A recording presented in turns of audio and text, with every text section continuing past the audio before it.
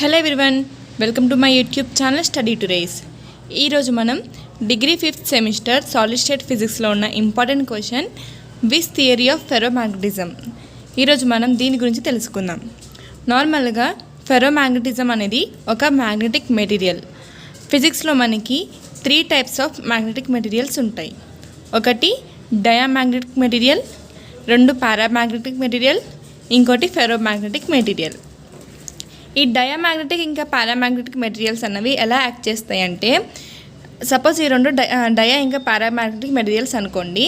ఇవి ఎలా యాక్ట్ చేస్తాయి అంటే, మనం ఎప్పుడైతే ఒక ఎక్స్టర్నల్గా మ్యాగ్నెటిక్ ఫోర్స్ అనేది వీటికి అప్లై చేస్తామో అప్పుడే మనకి ఇందులో ఒక మ్యాగ్నెటిక్ ప్రాపర్టీస్ అన్నవి చూపిస్తుంది. అంటే ఇప్పుడు ఇందులో నేను ఇలా అప్లై చేయడంతో ఇప్పుడు ఇందులో మ్యాగ్నెటిక్ ప్రాపర్టీస్ అన్నవి చూపిస్తుంది. ఎప్పుడైతే నేను అప్లై చేస్తున్న ఈ మ్యాగ్నెటిక్ ఫోర్స్ ఏదైతే ఉందో అది నేను ఆపేసాను అనుకోండి, అప్పుడు ఇందులో ఎలాంటి మ్యాగ్నెటిక్ ప్రాపర్టీస్ అనేవి చూపించదు. అంటే ఎప్పుడైతే మనం ఓన్లీ మ్యాగ్నెటిక్ ఫోర్స్ అప్లై చేస్తామో అప్పుడే ఈ రెండు మనకి మ్యాగ్నెట్స్ లాగా కనబడతాయి. ఎప్పుడైతే ఎలాంటి ఫోర్స్ అప్లై చేయబడదో అప్పుడు మనకి ఇందులో మ్యాగ్నెటిక్ ప్రాపర్టీస్ అనేవి కనిపించదు. కానీ ఫెరోమాగ్నెటిజం అనేది అలా కాదు. ఈ ఫెరోమాగ్నెటిక్ మెటీరియల్ ఏదైతే ఉందో, మనం ఎప్పుడైతే ఒక మ్యాగ్నెటిక్ ఫోర్స్ని అప్లై చేస్తామో అప్పుడు ఇందులో మ్యాగ్నెటిక్ ప్రాపర్టీస్ కనబడతాయి. అలాగే ఎప్పుడైతే మ్యాగ్నెటిక్ ఫోర్స్ని ఆపేస్తామో అప్పుడు కూడా ఇందులో మనకి మ్యాగ్నెటిక్ ప్రాపర్టీస్ అనేవి కనబడతాయి. ఇప్పుడు థియరీ చూడండి. Diamagnetic and paramagnetic substances get magnetised to external field.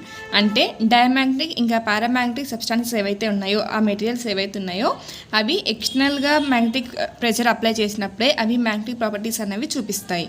There magnetization is proportional to which they are subjected. దీంట్లో ఉన్న మ్యాగ్నెటిక్ ప్రాపర్టీ అనేది మనం ఎంత మ్యాగ్నెటిక్ ఫీల్డ్ ప్రెషర్ ఇస్తామో అంతే మ్యాగ్నెటిక్ ప్రాపర్టీస్ అనేది ఇది చూపిస్తుంది.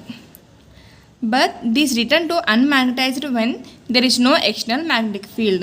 External magnetic field లేనప్పుడు ఇవి అన్మాగ్నటైజ్డ్ అయిపోతాయి. అంటే ఇందులో మ్యాగ్నెటిక్ ప్రాపర్టీస్ అనేవి ఉండవు. So permanent magnets mostly made with iron, nickel which contains ferromagnetic materials. అంటే నార్మల్గా మ్యాగ్నెట్స్ ఉంటాయి కదా, అవి ఐరన్ ఇంకా నికిల్తో ఎందుకు చేస్తారంటే, అది ఐరన్ ఇంకా నికిల్ అనేది ఫెరోమాగ్నెటిక్ మెటీరియల్స్. ఫెరోమాగ్నెటిక్ మెటీరియల్స్ అంటే ఏంటి అంటే, మనకి ఇక్కడ ఎక్స్టర్నల్గా మ్యాగ్నెటిక్ ప్రెషర్ అప్లై చేయకపోయినా అందులో మనకి మ్యాగ్నెటిక్ ప్రాపర్టీస్ అన్నవి ప్రెజెంట్ అవుతాయి. సో వాటిని ఫెరోమాగ్నెటిక్ మెటీరియల్స్ అని అంటాం. నార్మల్ మ్యాగ్నెట్స్ అనేవి ఫెరోమాగ్నెటిక్ మెటీరియల్స్తో తయారు చేస్తారు. In 1907 Weiss postulated domain theory to explain ferromagnetism. 1907లో విస్ అనే సైంటిస్ట్ ఈ ఫెరోమాగ్నెటిజం గురించి చెప్పడానికి ఆయన కొన్ని పాస్టులేట్స్ అనేవి చెప్పారు. విస్ థియరీలో 2 పాస్టులేట్స్ ఉన్నాయి. పాస్టులేట్స్ అంటే 2 ప్రూవెన్ స్టేట్మెంట్స్ అని అర్థం. సో ఆయన ఫస్ట్ పాస్టులేట్ ఏంటంటే ఫెరోమాగ్నెటిక్ డొమైన్, సెకండ్ పాస్టులేట్ ఏమో internal molecular field. Ferromagnetic domain అంటే ఏంటో చూద్దాం. According to Weiss the atoms of ferromagnetism are group together are called as domains. The atoms in the domains are parallel to each other and contains a strong interaction between them called as exchange coupling. ఆయన ఏం చెప్తున్నారంటే, ఈ ఫెరోమాగ్నెటిజం material ఉంది కదా, ఆ మెటీరియల్లో కొన్ని atoms అనేవి ఉంటాయి. ఆ ఆటమ్స్ ఎలా ఉంటాయంటే, ఒక 20-30 ఆటమ్స్ కలిసి ఒక గ్రూప్, ఇంకో 20-30 ఆటమ్స్ కలిసి ఇంకో గ్రూప్, అలాగా డిఫరెంట్ గ్రూప్స్గా ఫామ్ అయ్యి ఉంటాయి. ఈ ఒక్కొక్క గ్రూప్ని ఏమంటున్నామంటే డొమైన్ అని అంటున్నాం. అంటే ఇది ఒక డొమైన్, ఇదొక డొమైన్, ఇదొక డొమైన్, అలా ఒక డిఫరెంట్ డొమైన్స్ అన్నవి ఈ మెటీరియల్ మీద ఉంటాయి అని చెప్పారు. ఈ డొమైన్లో ఉన్న ఆటమ్స్కి స్ట్రాంగ్ ఇంట్రాక్షన్ అనేది ఉంటుంది. దాన్ని మనం ఎక్స్చేంజ్ కూప్లింగ్ అని అంటున్నాం. అంటే ఈ డొమైన్లో ఉన్న అన్ని ఆటమ్స్ కలిసికట్టుగా ఉంటాయి, ఈ డొమైన్లో ఉన్న అన్ని ఆటమ్స్ కలిసికట్టుగానే ఉంటాయి. ఇవి డిఫరెంట్ డైరెక్షన్లోనే వెళ్తాయి. ఈ డొమైన్ డిఫరెంట్ డైరెక్షన్లో వెళ్తాయి. కానీ సేమ్ డొమైన్లో ఉన్న ఆటమ్స్ మాత్రం డిఫరెంట్ డైరెక్షన్లో వెళ్ళవు. అంటే ఇవన్నీ ఒకే డైరెక్షన్లో వెళ్తున్నాయి. ఈ సెకండ్ డొమైన్ వచ్చేసరికి అన్ని డౌన్వర్డ్ డైరెక్షన్లో వెళ్తున్నాయి. మళ్ళీ ఆ పక్క డొమైన్ వచ్చేసరికి ఆటమ్స్ అన్నీ వేరే డైరెక్షన్లో వెళ్తున్నాయి. ఆ డొమైన్లో ఉన్న ఆటమ్స్ అన్నీ ఒకే డైరెక్షన్లో వెళ్తున్నాయి. కానీ ఈ 2 డొమైన్స్కి ఉన్న ఆటమ్స్ మాత్రం సేమ్ డైరెక్షన్లో కానీ ఇలా కలిసి ఉండడం కానీ ఉండదన్నమాట. సో ఈ డొమైన్లో ఉన్న ఇంట్రాక్షన్ ఏమంటున్నామంటే ఎక్స్చేంజ్ కూప్లింగ్ అని అంటున్నాం. Ferromagnetic domain contains 10⁻16 magnetic dipoles. ఈ ఫెరోమాగ్నెటిక్ డొమైన్స్కి 10⁻16 మ్యాగ్నెటిక్ డైపోల్స్ అనేవి ఉంటాయి. అండ్ వాల్యూమ్ ఎంత ఉంటుంది అంటే 10⁻⁻8 to 10⁻11 క్యూబ్. కాబట్టి ఫస్ట్ పాస్టులేట్లో అయినా వీటికి డొమైన్స్ ఉంటాయి, వీటిలో గ్రూప్స్ అనేవి ఫామ్ అవుతాయి అనేది ప్రూవ్ చేశారు. సెకండ్ ఏంటంటే internal molecular field. According to second postulate of spontaneous magnetization of each domain is due to the presence of internal molecular field called as exchange. ఇప్పుడు ఈ డయాగ్రామ్స్ చూడండి. ఫిగర్ 1లో ఇక్కడ ఏం రాసింది, ferromagnetic material with no external magnetic field. ఇలాగా ఈ గ్రూప్స్లో ఉన్న ఆటమ్స్ అనేవి డిఫరెంట్ డైరెక్షన్లో ఎందుకు ఉన్నాయంటే ఇక్కడ ఏమీ ఎక్స్టర్నల్ ఫోర్స్ అనేది అప్లై అవ్వట్లేదు.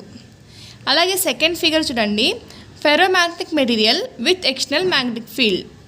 ఈ గ్రూప్స్లో ఉన్న ఆటమ్స్ మాత్రం అన్ని సేమ్ డైరెక్షన్లో ఉన్నాయి. ఎందుకున్నాయంటే ఇక్కడ ఒక మ్యాగ్నెటిక్ ఫీల్డ్ అనేది అప్లై అవుతుంది.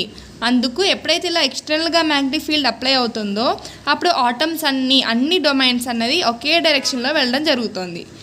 కానీ ఎప్పుడైతే మ్యాగ్నెటిక్ ఫీల్డ్ తీసేస్తున్నామో అప్పుడు మళ్ళీ ఉన్న గ్రూప్లో ఉన్న ఆటమ్స్ అన్నీ డిఫరెంట్ డైరెక్షన్స్లోకి వెళ్ళిపోతున్నాయి. అంటే ఇప్పుడు సింపుల్గా చెప్పుకోవాలంటే ఇప్పుడు మనకి క్లాస్ చెప్పినప్పుడు ఒక లెక్చరర్ వచ్చారనుకోండి, పిల్లలందరూ ఒకే డైరెక్షన్లో కూర్చుని లెక్చర్ కేసే చూస్తారు. కానీ ఎప్పుడైతే క్లాస్లో లెక్చర్ వెళ్ళిపోతారో అప్పుడు ఫ్రెండ్స్ అందరూ కొన్ని గ్రూప్స్ చేసుకుని ఉంటారు. అలాగే డిఫరెంట్ గ్రూప్స్గా అయిపోయి కూర్చుంటారు కదా. అలాగా ఎప్పుడైతే మ్యాగ్నెటిక్ ప్రెషర్ అప్లై అవుతుందో అప్పుడు మాత్రమే అన్నీ ఒకే డైరెక్షన్లో వెళ్తాయి. ఎప్పుడైతే మ్యాగ్నెటిక్ ఫీల్డ్ ఎప్పుడైతే పోతుందో అప్పుడు డిఫరెంట్ డైరెక్షన్స్లోకి వెళ్ళిపోతాయి. ఇలా డిఫరెంట్ డైరెక్షన్స్లోకి వెళ్ళిపోయినా ఈ బాడీ మొత్తానికి ఉన్న మ్యాగ్నెటిక్ ప్రాపర్టీ అనేది పోతుందేమో కానీ ఈ డొమైన్లో ఉన్న మ్యాగ్నెటిక్ ప్రాపర్టీ అనేది మాత్రం పోదు. ఇందులో ఈ డొమైన్లో ఉన్న ఈ డొమైన్ కానీ డిఫరెంట్ డొమైన్స్కి మాత్రం మ్యాగ్నెటిక్ ప్రాపర్టీ అనేది ఉంటుంది. కానీ ఈ బాడీ మొత్తానికి మాత్రం మ్యాగ్నెటిక్ డొమైన్ అనేది ఉండదు.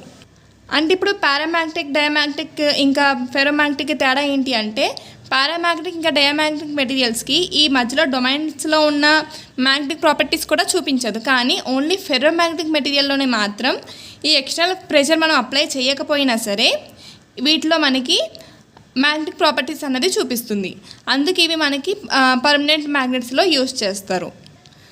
అయితే ఇప్పుడు ఈ సెకండ్ పాస్టులేట్లో విస్ అనేది ఏం ప్రూవ్ చేశారంటే ఎప్పుడైతే ఈ మ్యాగ్నెటిక్ ప్రెషర్ ఫీల్డ్ అనేది పోతుందో అప్పుడు కూడా ఇందులో ఇంకా మ్యాగ్నెటిక్ ప్రాపర్టీస్ ఎందుకు ఉంటాయి అంటే ఇంటర్నల్ మాలిక్యులర్ ఫీల్డ్ ఉండడం వల్ల దాన్ని మనం ఎక్స్చేంజ్ ఫీల్డ్ అంటున్నాం.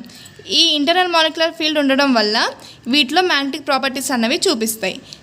దీన్ని మనం సెకండ్ పాస్టులేట్గా ప్రూవ్ చేసాము. సో ఇది విస్ ప్రూవ్ చేసిన 2 పాస్టులేట్స్. ఒకటి ఫెరోమాగ్నెటిక్ డొమైన్ అంటే వీటికి గ్రూప్స్ ఉంటే వాటిని డొమైన్స్ అంటాము. ఇంకోటి ఇంటర్నల్ మాలిక్యులర్ ఫీల్డ్. ఎప్పుడైతే మ్యాగ్నెటిక్ ఫీల్డ్ అనేది అప్లై చేయకుండా ఉంటామో అప్పుడు కూడా ఆ డొమైన్స్లో మ్యాగ్నెటిక్ ప్రాపర్టీస్ అన్నవి ఉంటాయి. దేనివల్ల ఉంటాయి అంటే ఇంటర్నల్ మాలిక్యులర్ ఫీల్డ్ వల్ల ఉంటాయి. సో దీని మ్యాథమెటికల్ క్యాలిక్యులేషన్ అన్నది నేను నెక్స్ట్ వీడియోలో పోస్ట్ చేస్తాను. ఈ వీడియో మీకు నచ్చినట్లయితే లైక్ చేయండి, షేర్ చేయండి, అలాగే సబ్స్క్రైబ్ చేయడం మర్చిపోకండి.